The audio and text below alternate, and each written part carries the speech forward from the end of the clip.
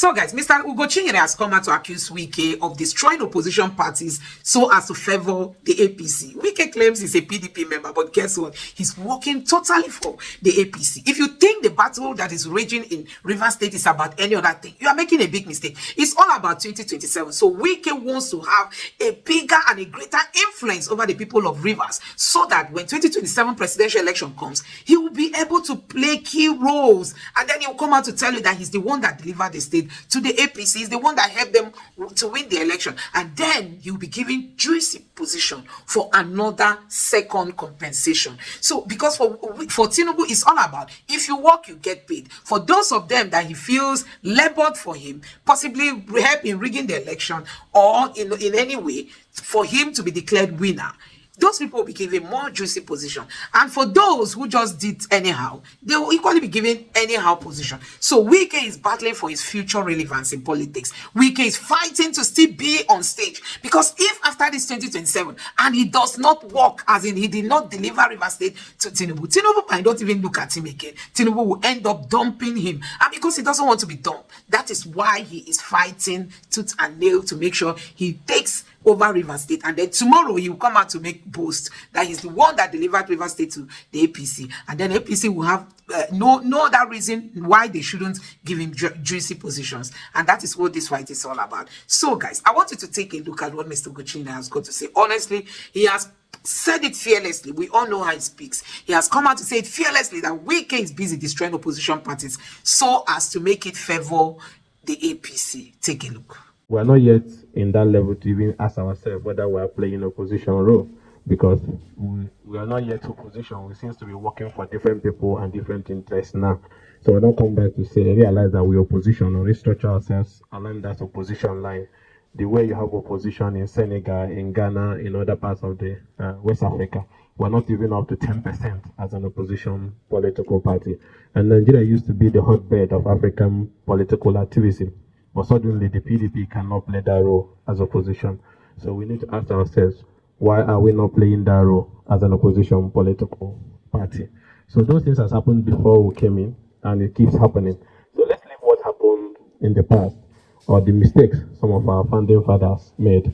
But you will also agree that they laid enough foundation for us. The standard we're operating today is painful, embarrassing, and insulting. It's nothing near what our founding fathers had, even though they had their own shortfall. I listened to the member of NWC speak passionately about how they inherited the challenges. But what I will ask him is, are you proud the way your own NWC is running now? Are you going to, because there were people who created these problems for you, those who are still creating that problem, is that a justification? Don't you have your own sense of duty and responsibility to now say, let's change the way this thing is happening? Can't you just say, I want this to change? The NWC is like a judge, not only doing justice, but you must be seen to be doing justice. If you look at some of the things that has happened, yes, we lost the election, we lost funding, we started, surviving from governors or individual stakeholders and so on and so forth. But the biggest problem your own NWC is facing today, which is also affecting our role as an opposition party, today we are in parliament. But whether you like it or not, the PDP lawmakers are not playing opposition role. Even the Labour Party can even be more better than us today. Inside the house, where I'm coming from now, it's leadership. We watch the body language of everybody. Today, who is our leader as opposition leader today in the House of Representatives? Chinda. Who is Chinda working for? Wike. It's not difficult for us to decode. It's very simple. You see him always in Port Harcourt on protest in support of the other APC people. And then once the position, people have to believe in you. Can Nigerians believe that this man is the leader of the opposition in parliament and he's there at the other side doing rallies that will help push the PDP governor out of office? So perception is also very important. When you people, that's why I say perception. When you people went to withdraw a case, or say they should not withdraw a case, and what was that case? A case that will allow our members who have joined the APC and once impeach your PDP governor, and then your own NWC, because when I say your own NWC, whatever the chairman does should be seen as what NWC is doing. Files a process that they want to continue that case. What will be the outcome of that case? Those who are in APC will win, and impeach your PDP governor. Do you want party members to have confidence that you are doing something? So that's why I said, how you people carry yourself is also important in helping us. Today, they don't call us meeting as opposition lawmakers to say this is the direction we should take on any particular matter. We have not met with you people. I suppose if there's a budget cycle, they're supposed to call us and say this is the direction we should take. Let it not be that we disobeyed. Some of your NWC people even endorsed the candidates that APC brought before we are now in a race to join to endorse. They have already met with some of you people, and you are giving them your word. So do you now want us to start fighting when even those who were looking up to have give their endorsement, we have to find a way to survive. You don't call us to a meeting. You constitute committees at times. You don't take us. So if you consider us a viable partner in that project, we should also be part of it. Because all over the world, it is the lawmakers you have in parliament that shows the strength of that opposition that party has. Check NDC in Ghana. It's what those lawmakers are doing. Check economic freedom fighters in South Africa. The DA. It's their lawmakers. They are the one that. So if your lawmakers are sleeping, everybody is sleeping. You can't call yourself an opposition party. When I was coming, I saw fix PDP to fix Nigeria. Very fantastic. But before you fix PDP, you have to fix everything that is internal. And that starts with issue of leadership struggle. You can't wave it aside. And let me tell you, as long as we don't resolve these issues, the people out there is just laughing at us. Like basic constitutional responsibility, Article 45 and 47, a tradition that was maintained over the years. We find it difficult to speak the truth. What is Damago still doing? I ask you here now. As the national chairman of the party, going by that tradition. So let's leave Wike out of it. Wike has taken a job to run errands for APC. So we already know where he belongs. But then what are we doing? What are we doing? What are we now doing as a group to rescue the party? So the point I'm trying to make here is that Article 47, 44 was very clear. That when that vacancy occurs, the party leg takes a person from that zone or area where the former occupants originated. And you have become acting chairman by virtue of 45. Call a next meeting to appoint an acting chairman. Is that difficult for somebody who wants Nigeria to take him serious? And now that inability to do that is what brought this round of crisis again. And let me say this. You people know what you are doing. Don't say you don't know. Because you people are running fast, conducting all these congresses. From early GA to war. Now I saw a notice you people put. For Zona, you are not acting on behalf of NEC. You know there's a NEC meeting you have been dodging, shifting. Tomorrow you say there's Muslim meeting, tomorrow you say there's Christian meeting. You keep changing all to today. And now again, I open my phone, I see a notice that they have started selling form for zonal election. So when you finish doing all this damage, planting all these people you are planting, what is your ultimate goal in 2027? Who do you think will stay in such a party, knowing what you are planting now? Why are you rushing to zonal congress of next year? Why are you doing it now? Somebody somewhere people believe is telling you people, do it now. I thought we were talking about reconciliation. I thought we were talking about, bringing everyone together. Why do people go home now? You send another notice, you are doing zonal congress, you are selling nomination for, and then you now say you are acting on behalf of NEC. You act on behalf of NEC when there's emergency. Is there emergency now for election of next year? But because you don't want to wait till the next NEC meeting, you just want to do it. We have crisis almost in something state on these issues. And again, I can say this boldly.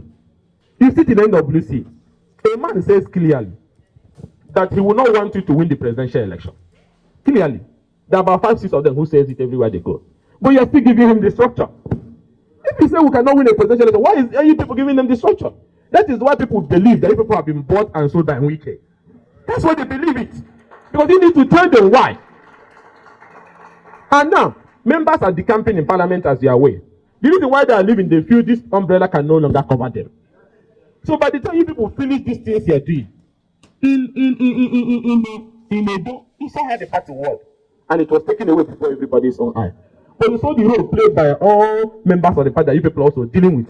That not be their group. All these are weakest elements in the party.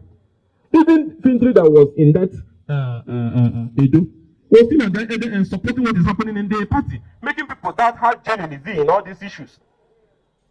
So he brought his cousin. The rec went to go and change the result of Ikpaboko, what they call it, and all that. Your party won.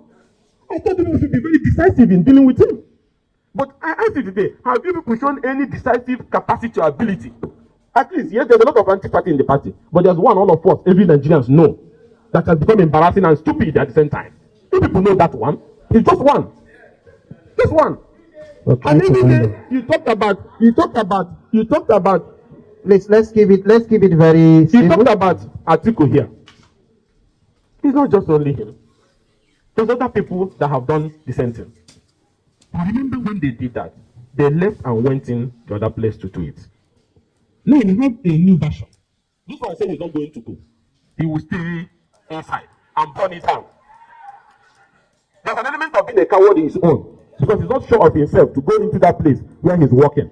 Like Peter Obi them left, Okwakwaso them left, and Atiku them left that time to fight man to man. But this one is saying he's not leaving. And he's with two people. And you people are saying, okay, when they finish the issue of structure, remember you people said some states will not be announced. Is that what they said? The caretakers will remain. But you people change Rivers, where he comes from. Have you forgotten? Later people say there was a court order and publish the list. And then today, there is no local government election the party, because the structure is in the hands of APC members. And the man have to run for his dear life. Should he do the local government election with people who are carrying the flag of the party by members or being members of APC? You people never think about the danger of what is happening. So when I'm saying that, as we seek solution, we should be both courageous and honest to tell ourselves the truth. That at this moment, we need to solve the issue of leadership. And then we'll now start the conversation of rebranding, uniting, reconciling. How can you reconcile when you are the one creating the problem? You can't reconcile anybody. You are sitting on a job that is not your job. So please, now our governance program is factionalized now. Those who want him to go and those who want him to stay. How does that help us as an opposition party? And I will appeal to you people. Let him make sacrifice. Many people have made sacrifice in the party. Let's go. Party has helped him. He has tried. He has even stayed more than any acting chairman ever. And let us respect this tradition. By now, we should be leading conversation with other opposition parties. And that's what Wike is trying to distract us from doing. Now the conversation should be, how do we rebrand? How do we bring in Labour? How do we bring NNPP? So that we can form a mega alliance and confront these monsters. So this conversation we are having is not even the right conversation. We're just running around the whole thing. Let's discuss with outside parties. And for us to do that, we need to remove those who doesn't want that to happen. Have the NWC today done any engagement as a leading opposition with NNPP, with the Labour Party? No, because that's not the agenda. The agenda is to continue to run around this cycle. Thank so you. I will plead with you that we are not playing opposition role. So there cannot be any question I can even answer you, because we are not playing opposition role. Even in the parliament, we are not playing. So let us now go back and fix our house, which is leaking heavily, before we can now set an agenda for us lawmakers. There's no opposition. Those who are leading us are those who are with those who have said it. So guys, it's all about political relevance. Wike is fighting hard to make sure he delivers Rivers State again to Tinubu come 2027. And you know, for Tinubu, if you don't work, you won't get paid. So what Wike is trying to do is to make sure he delivers Rivers State, and then you'll be able to retain his position as the FCT minister. If you don't know, this is just what all this fight is all about. It's all about Rivers State. It's all about who will deliver Rivers State to Tinubu. So Wike is neither working for the PDP he claims to belong to, neither is he even working, but instead he is working for the APC ahead of 2027. So guess what?